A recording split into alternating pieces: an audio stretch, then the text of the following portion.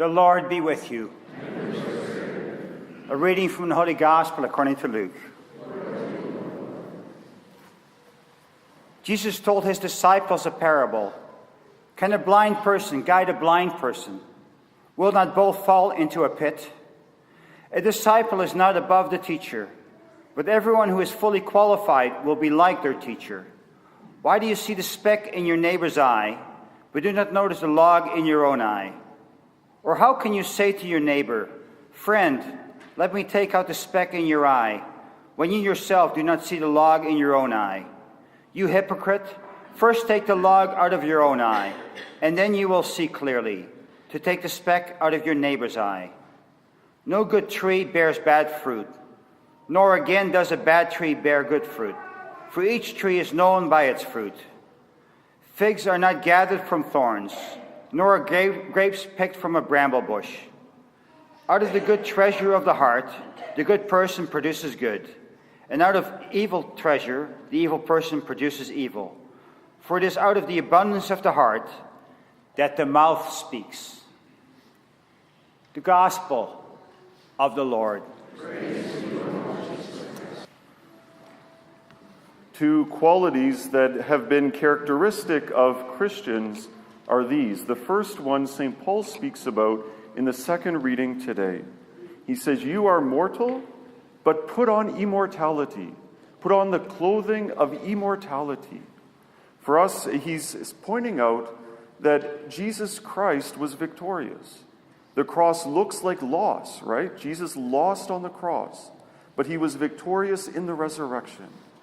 For us, because of this, we are a people, as Christians, who have a characteristic quality of fearlessness, of being willing to take risks, of great hope, supernatural hope. God can do anything.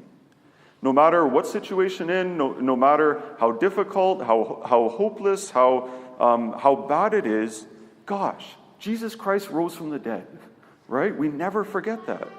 God can do all things. He can do anything. It doesn't mean all of our lives will be peachy forever, but God is with us. That's what matters, and it makes all the difference in the world. In Rome, in the early times, there was a great plague that came upon the city. It was awful. Everyone left. Anyone who had anything or any smarts, they all left. The people who remained were those who were sick and Christians, many Christians. And they remained to care for those who were sick. You could have said, well, like, it's contagious, you're going to catch it, you're going to die. But in their mind, they were thinking differently. They were fearless, willing to take risks because God was with them. It doesn't mean that they wouldn't get sick, they wouldn't catch it, but it means that they saw here a great opportunity to care for the sick, for those who are in need, as Jesus asked of us. And they stayed. And their staying was part of, that witness was part of what helped to bring about the conversion of really the whole Roman Empire. What a great witness. That's who we are called to, that same level of supernatural hope and of fearlessness. The other great quality that I would point out is the quality of being super generous. For us, we've always have this idea, God is with us. And that not only is God with us, but that he has given us so much. You know, for us, what we do in our life is just kind of hone the gifts that we've been given, right? We try to work at them, to perfect them, to make them better. But the fact that we have them, that didn't come from us. That's a gift from God. And we know gifts are meant to be shared. And so we spend our whole lives, those talents, those gifts that we've been given, our strengths, trying to share them, to pay back to God through others for this great gift that we have been given, this great treasure. As well, for us, we have this idea we can be super generous because we know that God provides for us. He's good, he provides, and that we can give and not count the cost. We just try to give freely, not thinking about, are you going to pay me back? Or am I going to get something out of it? But just giving freely. We have this grace because this is the way that Jesus Christ teaches us. And one of the great things about super generosity is that it changes us. It changes our hearts. It makes them bigger, more open, more outward looking. It makes us less selfish, less self-centered, less egotistical. And it makes us happy.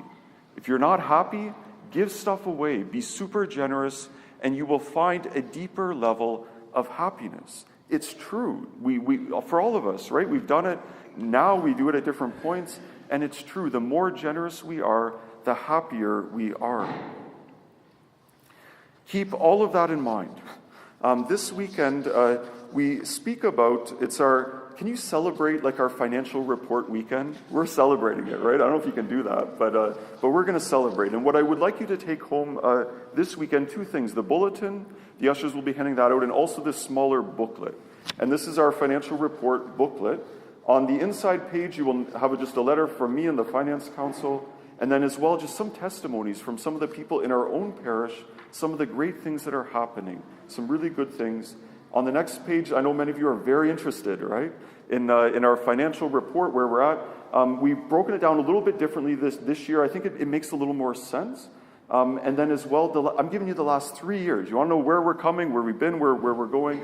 The last 3 years is there to kind of give you an overview of what's going on, where we're at. Something I'm very happy about this year.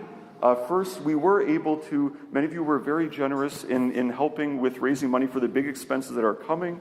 When we raised about, with your extra money in the offering, about 20,000 this past year, which is great, right?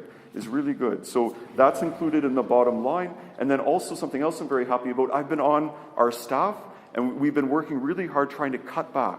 And I know some of you got upset with me with the missiles, right? Father, you're going too far. Too far. Okay, I get it, right? But I'm very happy we're able to cut back our operating expenses significantly this past year. So those two things are kind of the large difference that you'll notice in our financial report. On the next page, just a few other things. You'll notice a bit about the capital campaign, which we've been talking about a little bit, that's coming up for our diocese and for our parish. A little write-up about pre-authorized giving. We're going to make a push for that. If you would consider that, it will help the parish a lot if some would help us with that. And then on the last page, just two kind of big goals for this year that can be kind of game changers for our parish, I believe. One of them that we're starting this weekend, today actually, with the Family Catechism program, and then another one with offering Alpha, the Alpha program in the fall, I'm hoping. So please take it home, read through it. If you have questions, feel free to ask anyone on the Finance Council or myself. Some of you maybe are looking at me, Father, you're not supposed to talk about money. What are you doing, right? I know anytime a priest talks about money, he gets very anxious and a little bit nervous, and many of the people maybe can get a little bit defensive or a little bit, I don't know, right? So why do I do it? So let me just tell you, this time of the year, for many of us, we're doing income tax, right? I remember as young men doing income tax, and I would get my dad to help me. And that's the time when we would use like the booklets, right? You go through it and put in all your numbers and figure out that. And for me and my dad, for me, that was a really good time. It was tedious and I didn't like that, but I loved it because I would always get money back, right? Which is great. But it was also a great time where my dad, like as a parent, as a dad, where he would try to teach me different things about money. Like all growing up, you got to work hard, you've got to take care of your money, you've got to save, it's good to invest some, it's good to be responsible, like planning and all that kind of stuff. He would try to instill that, and then at the end of the year, it would be a special time. How did you do, right? And what goals are you going to have for next year? So for me, that time was really special and important with my dad, and I'm very grateful because it was very helpful. For our relationship, right? Like I'm your pastor, your spiritual father. It's important to do that in spiritual things, but also even in like mundane things like finances, right? For you and for me, like I think it's important that we do this as well, that we be upfront, that we be direct and clear, transparent, all of that kind of stuff, just about where we're at and where we're going and what all of this means. I think it's good for us and for our relationship to do that, like it was with my own dad. In the midst of that, I guess the message for today, the overall theme that I want to get across is not necessarily dollars or cents per se. It's more just that idea of generosity. One of the things that I believe and that I've found to be true in my own life is that it's good to be super generous. We talk about our time, we talk about our talent, absolutely, right? But also in terms of our finances. That's not like its own special little area where we can say, okay, I'll be generous everywhere else, but not here. But maybe even especially in terms of our financial life too. It's good for us when we give money away, when we give material things away. It's good for us. I have found for me, and I know many of you have as well, that there's a great joy that comes in giving. In Scripture it says God loves a cheerful giver. He blesses a cheerful giver, and he does. He does in so many ways. Can I tell you just one story? When I was ordained a priest, my first year of priesthood, I'm starting to make money now, right? Like, this is awesome. I have a salary. I mean, priests don't make a lot of money, but it was really cool. But it came, at one point I thought, should I be giving to the church? What should I do for my financial giving? And this was my mindset, and it was wrong, right? It was bad. But my mindset was just, well, you know what? Like, I'm giving my life to the church. Isn't that enough? Do I have to give money as well? Like, isn't my life enough to give? Come on, how much more do you want out of me? This is mine, right? Like, and just let me kind of spend it on, the bit that's left over on a few other little things.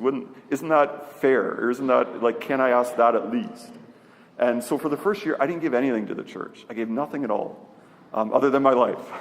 But at the end of that year, at some point after, I met this dad who was two girls and his wife, and they were becoming Catholic. They were in the RCIA program. And he shared some things with me that really changed my way of looking at things. I think he was Mennonite, like the religion Mennonite, and it was normal for them that when it was tax time, you would go in, you would meet with your pastor, and you would go to the bottom line, and they would calculate 10%, and that was your offering for the year. That's how they did it in that church. We don't do it that way in the Catholic Church. Fine, right? But that's how they did it. And he was saying to me, well, I asked him, like, now that you've become Catholic, like, maybe you don't, not, like, now we don't do that. You don't have to do that. And that, for him, that wasn't a good thing, right? He said, Father, what you don't understand, the way that you're looking at it is wrong. Because for me and for my family, it's good for us to do it. We need to do it. We don't need to do it. I don't know if he used these exact words, but it's not because, like, God needs our money, or God is desperate and he's hard up for cash. But he said, for our family, we need to be generous. For us, this is good formation for their children. It's good for us as a family unit to push ourselves to give even until the point when it hurts a little bit. I don't know, he wasn't trying to convince me, he was just sharing him. And after hearing that a while, I was thinking, I got to try this, right? Maybe there's something to it. And I've tried it since then, and it's true. I can't prove it to you, and you can't prove it maybe to anyone either. But for us, when we're super generous, we notice that it changes us, like it really does. It changes our hearts. It does things in our lives. God blesses us in ways that we never would have gotten if we had kept it for ourselves or had a more self-focused or self-centered outlook. What am I asking of you? I'm not asking anything specific, but I am asking you, we all need to be super generous, even financially, with whatever our circumstances, our income, all of that, wherever we're at, right? It's different for all of us, I get it. But to find a way in the midst of that, what does super generosity mean here for me and for my house? I know many of you are very generous with other charities, right? And that's awesome. And we need to do that. And we need to continue in doing that as well. But one of the things that I would say is that our parish church, our local church, I believe and I practice that it should have kind of pride of place in our giving. That it should have the first place, our parish. We don't have people from around the world supporting our charity of the church. We only have you, right? You guys who are here each and every Sunday. Some of these charities have a much wider base to draw from for the good work that they're doing. So I would encourage you just to think about our own local parish in the midst of your offering. There's lots more that we can be doing here, and there's lots more that needs to be done. The mission of our church is to share the gospel in our local community, to make sure that the gospel is preached effectively and well, that many people are coming to conversion to Christ. And especially today we look around, many young people, right? It bothers me so much that many people my age, many young parents, many young people a little bit younger, and many children, that we're not forming them. Like, we don't have them here on Sunday. And what are we doing to make a difference? It's tough, right? I know it's tough, but we need to put energy and even some money into that, looking for good results. So more needs to be done than just simply kind of keeping the church open and keeping the building in good shape. What I would ask you to do this week, for yourself, your family, your spouse, your children, whoever you have with you, if you're on your own, just to spend a little bit of time reflecting on your own generosity as a whole, right? This year, what does super generosity look like? Maybe you're already there. Maybe you're above it. Maybe you can do a little bit more. Just to think about that, and then after that to think about, okay, what does that breakdown then look like in terms of the places where I give my financial offerings? It's a good thing. When we're generous, God blesses us. When we're generous, we are changed. We don't do it because God needs our money. He's not desperate. But we do it mainly first because it's good for us. It changes our hearts.